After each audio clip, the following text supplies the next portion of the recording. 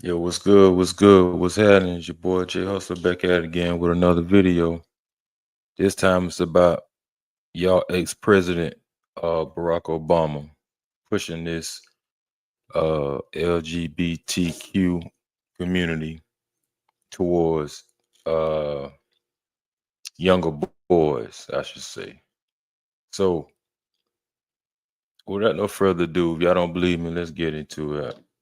So let's go into the video what Barack saying, and this is was kind of upsetting because you didn't think that. Well, I did. Me, I it's no surprise to me because early in this president, see, he was talking about this agenda, then pushing more and more of the alphabet community on the people. He was passing more bills and laws for the Asian community, and he was a heavy advocate for the alphabet community. And a lot of us, I keep saying us as blacks, that we the veil was over our eyes, and now that we really seen what really came upon uh, the population and all over the world, it just seemed that it never ceased to amaze me, man. These politicians, they had their own agenda, and they just really couldn't wait to see what the not only the new world order, they were pushing their own big nasty agenda all over them, and not only were they putting them in the schools, and this just goes to show further show that it was just out there for us. It was just out there in plain sight, and some of you still advocate for this. I don't know why. And some of you still think that he's a very good guy. I really never liked Obama myself personally. That's just my opinion, and that's just my thoughts anyway. So, no, no further ado. Let me get into the video, and y'all tell me what y'all think. So, Barack Obama, y'all.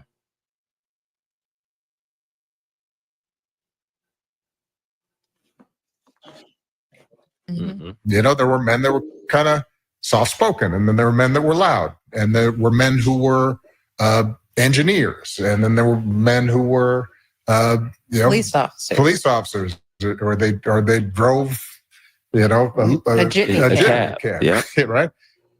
And that's one of the things that I think a lot of times boys need is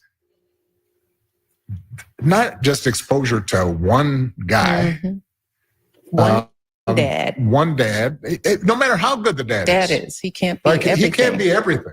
And then that boy may need somebody to give the boy some perspective on the dad. Yeah, right. Yeah. One of the most valuable things I learned as a guy was I had a gay professor in college at a time when openly gay folks still weren't out of line, who became one of my favorite professors and was a great guy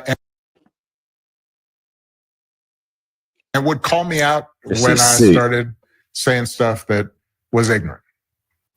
You need that to show empathy and kindness. And by the way, you need that person. So my thing is, why should a gay person show kindness? And now we all know what comes with that. Now, you being around, and some of us may have some, someone that's in our family or someone we may know that carry that kind of behavior, and some respects it to far as to an extent where they're not going to bring that kind of behavior around you or your kids or your family or someone.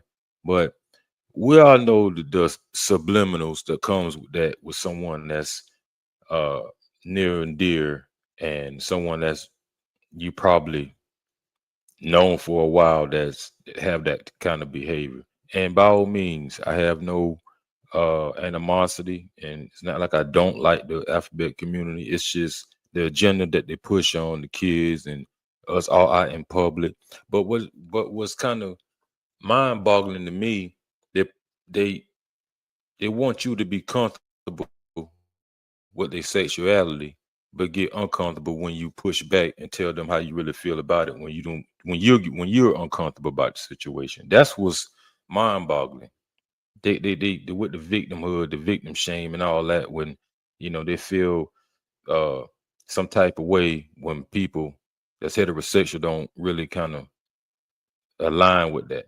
And Obama here, he has a lot to say. He has a favorite. He has a gay mentor that he looked up to. Why couldn't it be just to be one of your uncles or your dad? And those for you might have seen this video, the full clip of the video.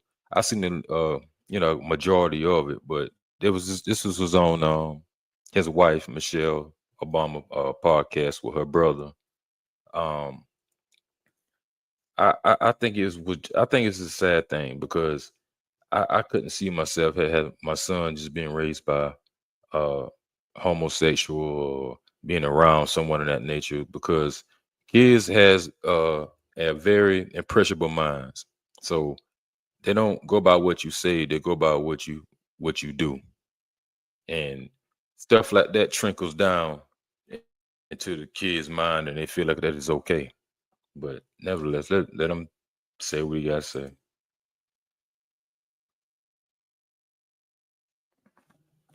In your friend group, so that if you then have a boy who's gay or non-binary or what have you, they have somebody that they can go, okay, I'm not alone in this. Yeah. Right. So that I think is creating that community. I know it's corny, but that's what they need. And we talk a lot about what we had with our mother and father, right? And a lot of times but we really did have a big community of people.